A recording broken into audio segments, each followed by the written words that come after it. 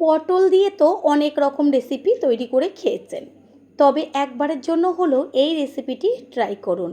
Guarantee দিয়ে বলতে পারি, একবার যদি তৈরি করেন, পটল দেখলেই এই রেসিপিটাই তৈরি করার কথা মাথায় আগে আসবে।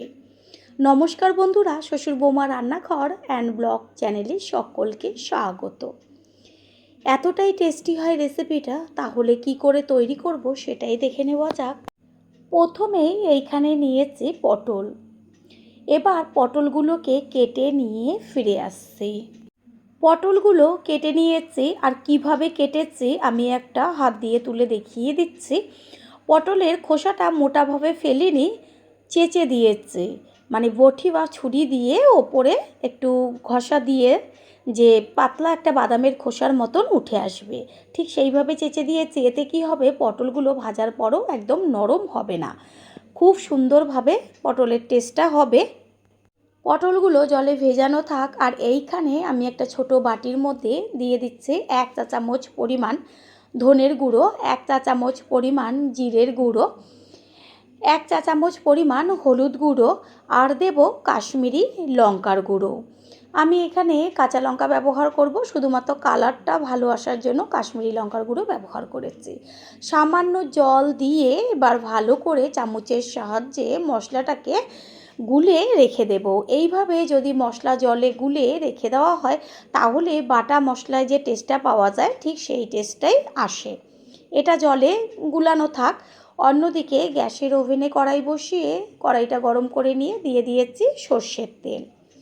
তেলটা গরম হওয়ার পরে গ্যাসের ফ্লেম লোতে রেখে দিয়ে দিলাম হলুদ গুঁড়ো 1/2 চা চামচ। এইভাবে তেলের মধ্যে হলুদ বা লবণ যদি প্রথমে দেওয়া হয়, তাহলে এই যে এখন কেটে নেওয়া পটলগুলো দেব, চারদিকে আর তেলটা ছিটবে না। সমস্ত পটলগুলো তেলের মধ্যে দিয়ে দেব। গ্যাসের ফ্লেম হাই করে 2 থেকে 3 মিনিট মতো পটলগুলোকে আগে ভেজে নেব, যেন পটলের থেকে জলটা না বেরিয়ে আসে। তারপর গ্যাসের ফ্লেম লো টু মিডিয়াম করে ঢাকনাটা চাপা দিয়ে দেব, যেন তাড়াতাড়ি বেশ ভাজাটা হয়ে যায়।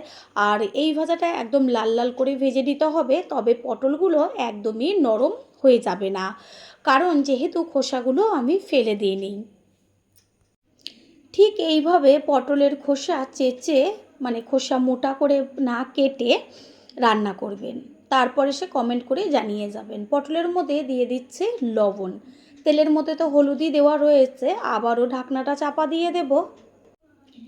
3-4 মিনিট বাদে ঢাকনাটাকে সরিয়ে দিয়ে খুন্তি দিয়ে বেশ ওপর নিচ করে একটু নেড়ে চেড়ে দেব। দেখাই যাচ্ছে যে পটলের গায়ে কত সুন্দর একটা কালার এসছে। পুরো লাল লাল হবে সেইভাবে ভাজতে হবে, আর ভাজাতেই পটলগুলো একদম সিদ্ধ হয়ে যাবে। পটল ভাজা হয়ে গেছে, এবার তেল ছেঁকে পটলগুলোকে তুলে নেব। সেই কারণে কড়াইয়ের সাইডে খুন্তির ওপরে পটলগুলোকে রেখেছি, যেন তেলটা গড়িয়ে আসে। পটলগুলো তুলে নেওয়ার পরে ওই তেলের মধ্যেই দিয়ে দেব ডুমু ডুমু করে কেটে নেওয়া আলু। আলুগুলো বেশ ছোট ছোট করে কেটে নিয়েছি। যেইভাবে পটলটা কেটেছি, একটা পটলকে যেমন 4 টুকরো করেছি, আলু 6 টুকরো করেছি। তেলের মধ্যে লবণ আর হলুদ দুটোই আছে, সেই কারণে আর লবণ দেব না, ঢাকনাটা চাপা দিয়ে দেব। এইভাবে ঢাকনা চাপা দিয়ে দিয়ে গ্যাসের ফ্লেম লো টু মিডিয়াম করে খুব ভালোভাবে আলুগুলোকে ভেজে নেব। আলু ভাজা হতে থাক, অন্যদিকে আমি আর একটা মশলা তৈরি করব। মিক্সিং জারের মধ্যে দিয়ে দিয়েছি একটা বড় সাইজের টমেটো, বীজগুলোকে ফেলে দিলাম। আর দিয়ে দেব ঝালের জন্য কাঁচা লঙ্কা। ঝালটা যে যেমন খাবেন সেই অনুযায়ী দেবেন। দিয়ে দিচ্ছি ছোট ছোট করে কেটে নেওয়া আদা। এবার এর মধ্যে দেব জল। আদা, কাঁচা লঙ্কা, টমেটো একসাথে পেস্ট করে নিয়ে ফিরে আসছি। মশলা করে নিতে নিতে এদিকে আলুটাও একদম লাল লাল হয়ে গেছে, ভাজাতে অর্ধেকের বেশি সিদ্ধ হয়ে গেছে। এগুলোকে একইভাবে তেল ছেঁকে তুলে নেব। আর এইখানে রেখেছি পটলগুলো ভেজে। আলু তুলে নেওয়ার পরে যে বেঁচে রয়েছে তেল, তার মধ্যে আর অল্প করে তেল দিয়েছি। তেলটা গরম করে নিয়ে তারপর গ্যাসের ফ্লেম লো টু মিডিয়ামে রেখে একটা দিয়ে দিচ্ছি শুকনো লঙ্কা, দেব গোটা গরম মশলা, এলাচ, দারচিনি, লবঙ্গ আর জয়িত্রী। তারপরে দিয়ে দেব 1 চা চামচ পরিমাণ সাদা জিরে, ছোট চামচের। ফোড়নটাকে ভালো করে ভেজে নেব। দেব একটা তেজপাতা। ফোড়নের থেকে সুন্দর একটা গন্ধ বেরোচ্ছে, দিয়ে দিচ্ছি 1 চা চামচ পরিমাণ হিং। হিংটা ব্যবহার করাতে এত সুন্দর একটা গন্ধ আসবে। তারপরেই এর মধ্যে দিয়ে দেব কুচিয়ে নেওয়া পেঁয়াজ। এইখানে বড় সাইজের একটা পেঁয়াজ আমি কুচিয়ে নিয়েছি। পেঁয়াজটাকে ভালো করে ভেজে নেব। আর পেঁয়াজটা তাড়াতাড়ি মজে আসার জন্য এর মধ্যে দিয়ে দেব বড় চামচের 1 চা চামচ পরিমাণ লবণ। লবণ ভালো করে মিশিয়ে নেব। আর আপনারা যদি চান সম্পূর্ণ নিরামিষ করতে, তাহলে শুধুমাত্র পেঁয়াজটাকে বাদ দেবেন। আর যা যা উপকরণ আমি এতে ব্যবহার করব সমস্ত কিছুই দেবেন। একবার রান্না করে দেখুন, টেস্টটা কতটা টেস্টি হয় সেটা বুঝতে পারবেন। পেঁয়াজ সম্পূর্ণ কিন্তু লাল হয়ে গেছে, কত সুন্দর একটা গন্ধ বেরোচ্ছে। এই পর্যায়ে ওই যে টমেটো, আদা আর কাঁচা লঙ্কাটা পেস্ট করে রেখেছিলাম, সেই সম্পূর্ণ পেস্টটা এর মধ্যে দিয়ে দেব। মিক্সিং জারটা ধুয়ে সামান্য জল দিয়ে ভালো করে কষিয়ে নেব, টমেটোর কাঁচা গন্ধটা যাওয়া পর্যন্ত। যেসব বন্ধুদের চ্যানেল না থাকা সত্ত্বেও আমাদের এত সুন্দর সুন্দর কমেন্ট করে ভালোবাসা দিয়ে পাশে আছে, তাদের অসংখ্য অসংখ্য ধন্যবাদ ও ভালোবাসা। তারই মধ্যে একজন হচ্ছে কাকলি মুখার্জি, লিখেছে আমি আসানসোল থেকে দেখছি।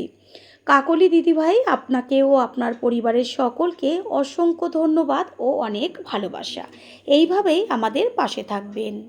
কড়াইয়ের থেকে ঢাকনাটা সরিয়ে দিয়েছি আর সুন্দরভাবে মশলার ওপরে তেল ছাড়ছে। টমেটোর যে একটা কাঁচা গন্ধ থাকে সেটাও চলে গেছে। এবার এর মধ্যে দিয়ে দেব ওই যে মশলাগুলো জলে গুলে রেখেছিলাম, জিরের গুঁড়ো, ধনের গুঁড়ো, লঙ্কার গুঁড়ো আর হলুদ গুঁড়ো, সেই গুলে রাখা মশলাটা দিয়ে দেব। এর মধ্যে দিয়ে দেব ওই বাটিটা ধুয়েই জল। এবার ভালোভাবে মশলাটাকে কষিয়ে নেব। পুরনো বন্ধুদের সবসময় আমাদের পাশে এইভাবে ভালোবেসে থেকে এগিয়ে নিয়ে যাবার জন্য অনেক অনেক ভালোবাসা। মশলার থেকে সুন্দর একটা গন্ধ বেরোচ্ছে আর ওপরে দেখা যাচ্ছে যে তেলটা ভেসে উঠছে। মশলা সুন্দরভাবে কষানো হয়ে গেছে। এবার এর মধ্যে দিয়ে দেব ওই যে ভেজে আলু আর পটল রেখেছিলাম, সেই আলু পটল। আলু পটল দেওয়ার পরে খুন্তি দিয়ে মশলার সাথে আলু আর পটলটাকে ভালো করে মিশিয়ে নিয়ে গ্যাসের ফ্লেম লোতে রেখে আরও 2 থেকে 3 মিনিট মতন কষিয়ে নেব, যেন পটলের মধ্যে মশলাটা যায়। প্রথমবার যারা আমাদের চ্যানেল ভিজিট করছেন তাদের আন্তরিক শুভেচ্ছা ও অনেক ভালোবাসা। আমাদের রেসিপিগুলো যদি ভালো লেগে থাকে সাবস্ক্রাইব করে দেওয়ার অনুরোধ রইল ও পাশে থাকা বেল আইকনে ক্লিক করলে পরবর্তী ভিডিওগুলো সবার আগে আপনাদের কাছে পৌঁছে যাবে। একটু চেক করে নিয়েছিলাম লবণের প্রয়োজন, সেই কারণে আরও 1 চা চামচ পরিমাণ লবণ দিয়ে দিয়েছি। লবণটাকে মিশিয়ে নেব। আলু আর পটল সুন্দরভাবে কষিয়ে নেওয়া হয়ে গেছে। এবার এর মধ্যে দিয়ে দেব গ্যাসের ফ্লেম হাই করে উষ্ণ গরম জল। রান্নায় সব সময়ের জন্য গরম জলটা ব্যবহার করবেন উষ্ণ, এতে দেখবেন রান্নার টেস্টটা দ্বিগুণ বেড়ে যায়। ভালোভাবে জলের সাথে সব কিছু মিশিয়ে নিয়ে গ্যাসের ফ্লেম হাইতেই রেখে 3 থেকে 4 মিনিট মতন ফুটিয়ে নেব। তারপর যখন ঝোলটা টকবক করে ফুটতে শুরু করবে, গ্যাসের ফ্লেম মিডিয়ামে রেখে ঢাকনাটা চাপা দিয়ে দেব। আলু পটল দুটোই তো সিদ্ধ আছে, হতে বেশি সময় লাগবে না। 7-8 মিনিট বাদে ফিরে এসে কড়াইয়ের ঢাকনাটাকে সরিয়ে দিয়ে তারপর একটু নেড়েচেড়ে মিশিয়ে নেব আর খুন্তি দিয়ে চেক করে নেব আলু সিদ্ধ হলো কি না। আলু সম্পূর্ণভাবে সিদ্ধ হয়ে গেছে। বন্ধুরা, আপনারা যে যেইখান থেকে ভিডিওটি দেখছেন অবশ্যই কমেন্টের মাধ্যমে জানাবেন। আপনাদের ধন্যবাদ জানাতে পারলে সত্যিই আমরা ভীষণ ভীষণ আনন্দিত হব। আপনাদের করা কমেন্টসগুলো পেয়ে আমরা এতটাই উৎসাহিত হই পরের ভিডিওগুলো তৈরি করার জন্য। সব সময়ের জন্য আমাদের পাশেই থাকবেন। সমস্ত কিছুর ব্যালেন্সটা ঠিক রাখার জন্য দিয়ে দিলাম ছোটো চামচের 1/2 চা চামচ পরিমাণ চিনি। চিনিটাকে মিশিয়ে নেব। এবার দিয়ে দেব 1 চা চামচ পরিমাণ গরম মশলার গুঁড়ো। গরম মশলার গুঁড়োটাকে মিশিয়ে নেব। আর ঝোল যতটুকু দেখছেন ঠিক এরকম পর্যায়ে নামাতে হবে, কারণ এটা ঠান্ডা হওয়ার পরে অনেকটাই বসে যাবে। বেশ অল্প একটু ঝোল ঝোল থাকবে, সেটা দিয়েই কিন্তু ভাত, রুটি, লুচি, পরোটা সমস্ত কিছুই জমে যাবে, একদম যেন শুকিয়ে না যায়। সবশেষে দিয়ে দেব 1 চা চামচ পরিমাণ গাওয়া ঘি। ঘিটাকে মিশিয়ে নিয়ে গ্যাসটা অফ করে দিয়ে একটা ঢাকনা চাপা দিয়ে দেব।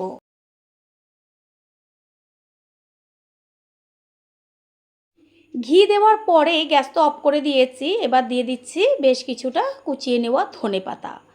ধনেপাতাটাকে মিশিয়ে নিয়ে একটা ঢাকনা চাপা দিয়ে দেব। 5 মিনিট বাদে ফিরে এসে ঢাকনাটা সরিয়ে দিয়ে সম্পূর্ণ লুকটা দেখিয়ে দিচ্ছি। দেখা মাত্রই কিন্তু জিভের থেকে জল চলে আসবে।